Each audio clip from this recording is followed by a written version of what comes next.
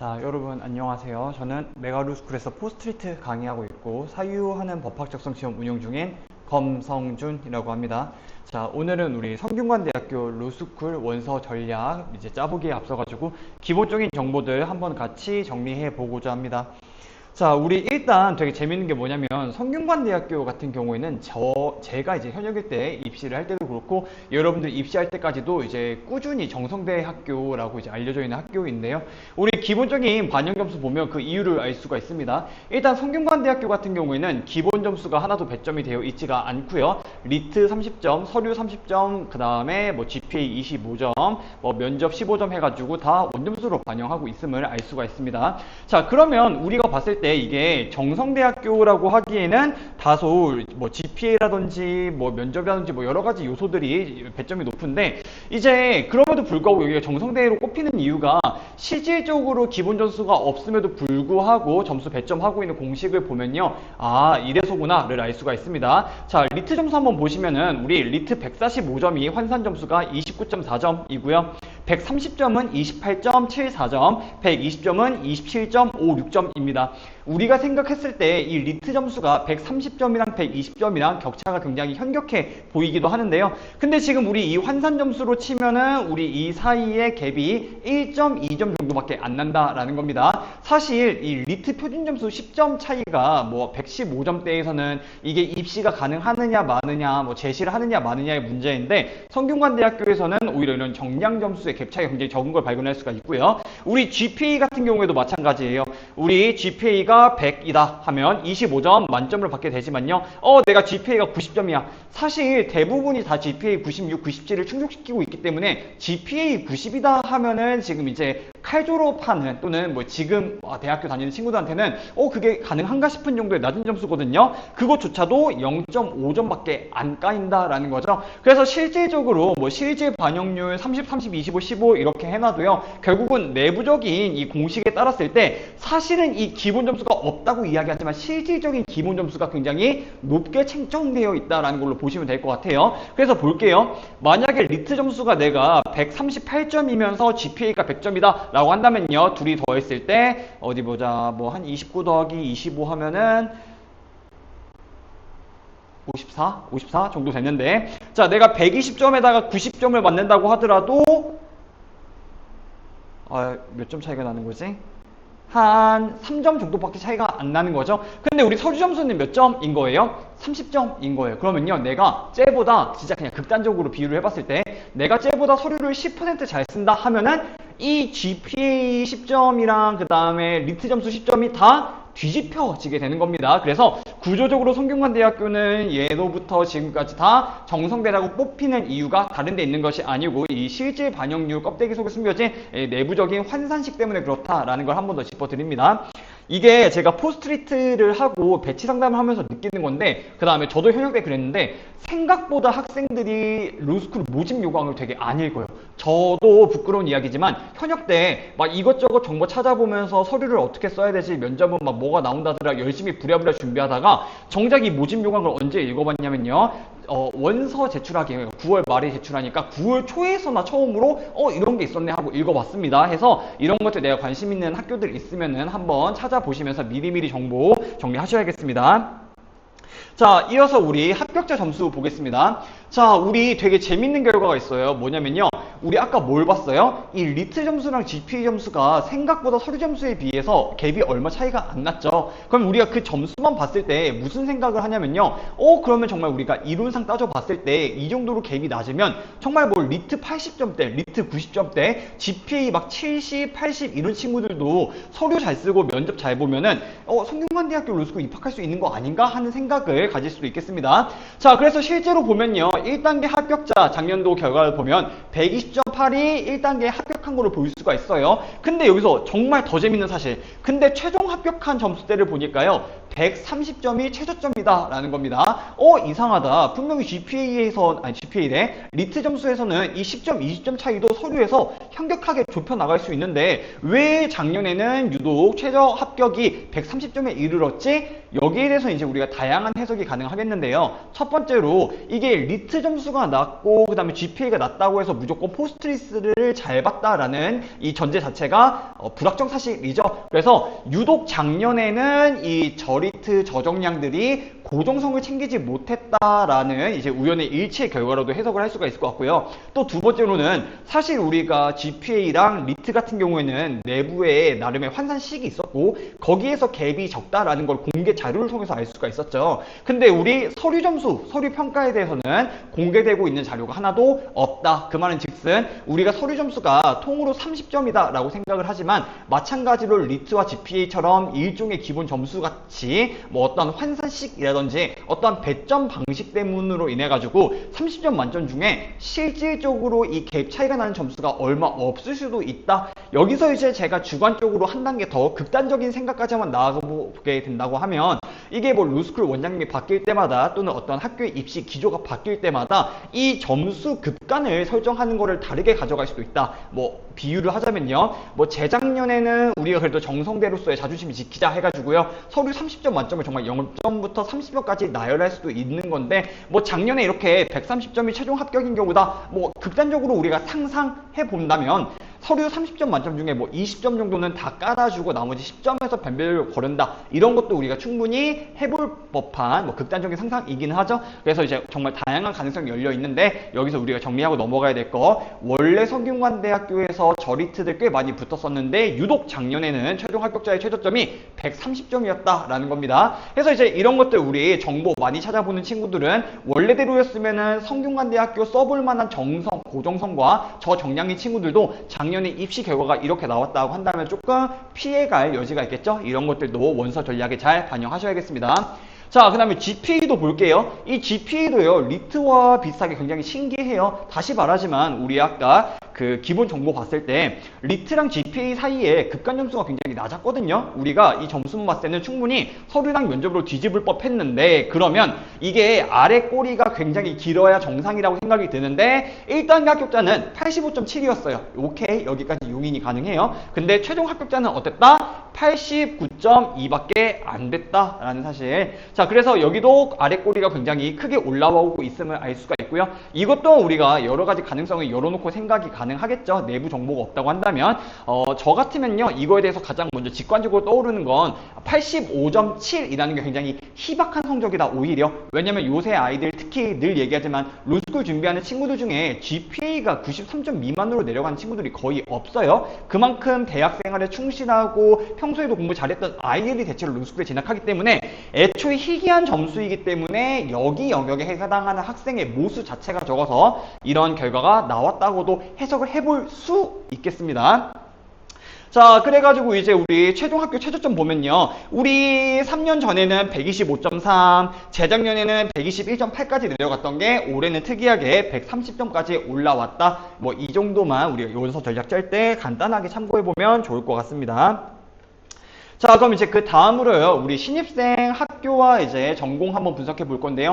자, 우리 그건 생각하셔야 돼요. 모든, 전국에 있는 모든 로스쿨이 스카이는 당연히 앞다퉈서 모셔간다.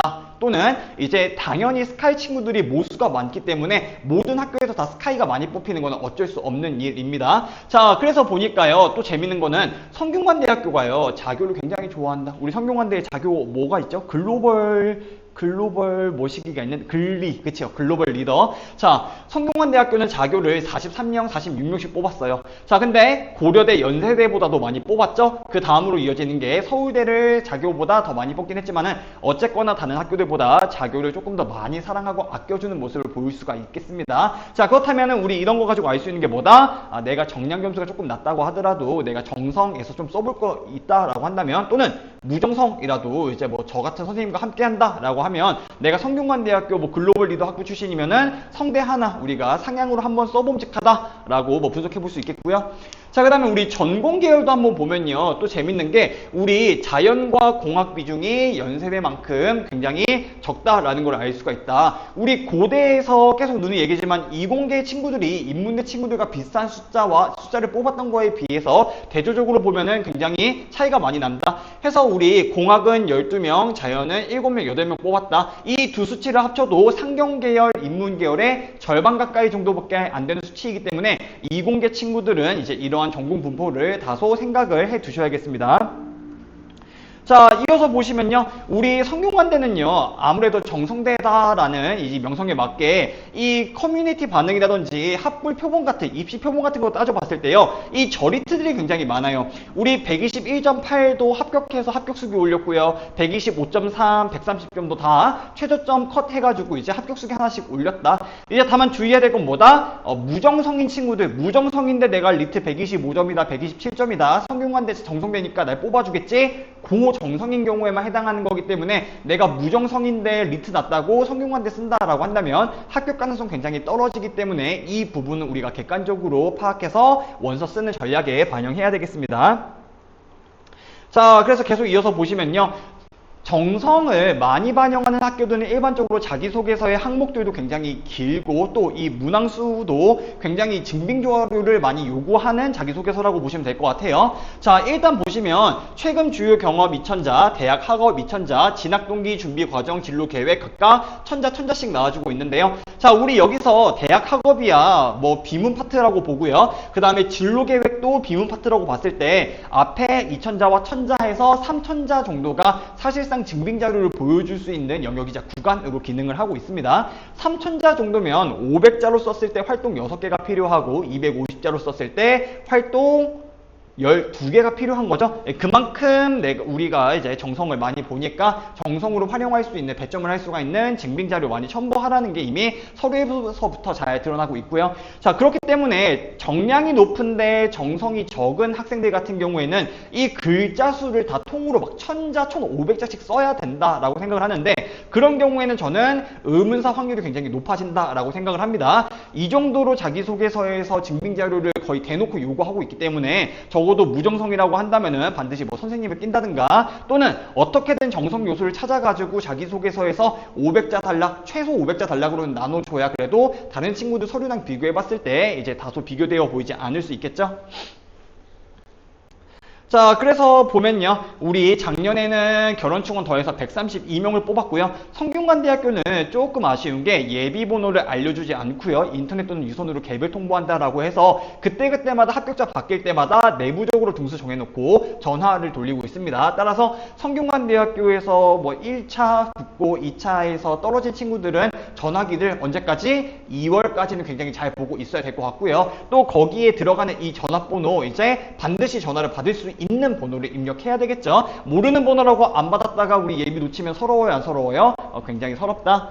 자, 그래서 이제 우리 성균관대학교는 뭐 그렇게 별다른 게 없습니다. 우리도 다 알다시피 정성 많이 본다라는 점. 그 다음에 리트 점수랑 GPA 점수, 여기 기본 점수가 없음에도 불구하고 왜 이렇게 정성을 많이 보지? 아까 기본적인 구조에서 확인했고요. 자, 그럼에도 불구하고 우리가 살짝 꼬름한 게 어떤 부분? 우리 작년도 입시 결과 봤을 때 이상하게 우리가 점수 배점대로라고 한다면 리트 최저점이 뭐 100점, 90점, 80점까지 열려 있는 게 이론상 말이 될 수 있을 텐데도 불구하고 작년 리트 최저점은 130점대였다는 것도 우리가 원서 전략에 참고해야 되겠다. 자, 그래서 보시면은 성균관대학교는 미달난다, 만만하다. 여기 절대 미달나거나 만만할 수가 없어요. 그러니까 이 학생들이요, 정량 점수 얻기를 되게 빡세다고 생각을 하고 정성 점수는 구체화되어 있는 측정 기준이라든지 내가 가지고 있는 활동들이 어느 정도의 값어치를 가지고 있는지 객관적인 시선으로 분석하기 어렵다 보니까 자기가 어떤 정도의 정성 점수를 가지고 있고 합격하는 친구들이 어느 정도 수준의 정성을 가지고 있는지 판별이 안 됩니다. 그러다 보니까 뭐 만만하다, 미달하다라는 이야기가 나오는 것 같은데요. 아무리 정성을 많이 본다라고 하더라도 그 말이 곧 정량 낮은 무정성을 뽑는다는 이야기로 직결되는 것은 아니기 때문에 다시 말씀드리지만은 내가 반드시 뭐 전문직 자격증 같은 거 필요 없어요.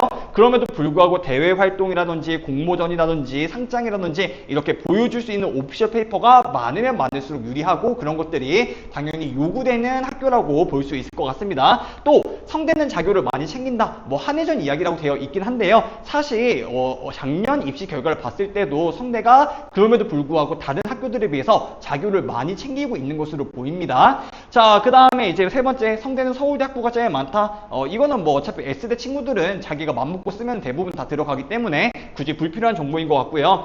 이렇게 조합해봤을 때 우리가 직관적으로 바로 나오는 결론 뭐? 내가 성균관대학교 글로벌 리더 학부 출신인데 다소 정량은 약하긴 한데 그럼에도 불구하고 대외 활동 같은 거 해서 오피셜 페이퍼 6개는 받아놨다. 그러면 제가 봤을 때 성균관대학교는 상향으로도 또는 소신으로든 한 장씩은 써봄직한 학교다라는 직관적인 결론 튀어나온다. 뭐 이런 식으로 원서 전략 짜면 되는 거겠죠. 자, 그래서 이제 우리 마지막으로 한번 정리해보면요. 우리 성균관대학교를 쓰려면 계속 강조드리고 있지만 무정성이 만만하게 쓰는 학교가 아닙니다. 서류에서 보여줄 수 있는 증빙 자료가 어느 정도 확보되어 있거나 특이정성 보여줄 수 있는 친구들이 쓰는 것이 훨씬 더 유리하다라고 볼 수가 있겠고요. 또 두 번째로 서류 이야기를 너무 중요하게 하다 보니까 살짝 빼먹었는데 정성을 많이 본다라는 말은 그만큼 서류만큼이나 면접도 많이 보고 있다라는 이야기가 되는 겁니다. 해서 1차에서 내가 낮은 정량 점수로 힘들게 1차 합까지 갔는데 면접에서 준비가 부족해가지고 삐끗하면 그대로 예비 번호도 모르고 최종 불합까지 할 수 있기 때문에 서류와 함께 면접은 일찍부터 준비하는 것이 맞겠다.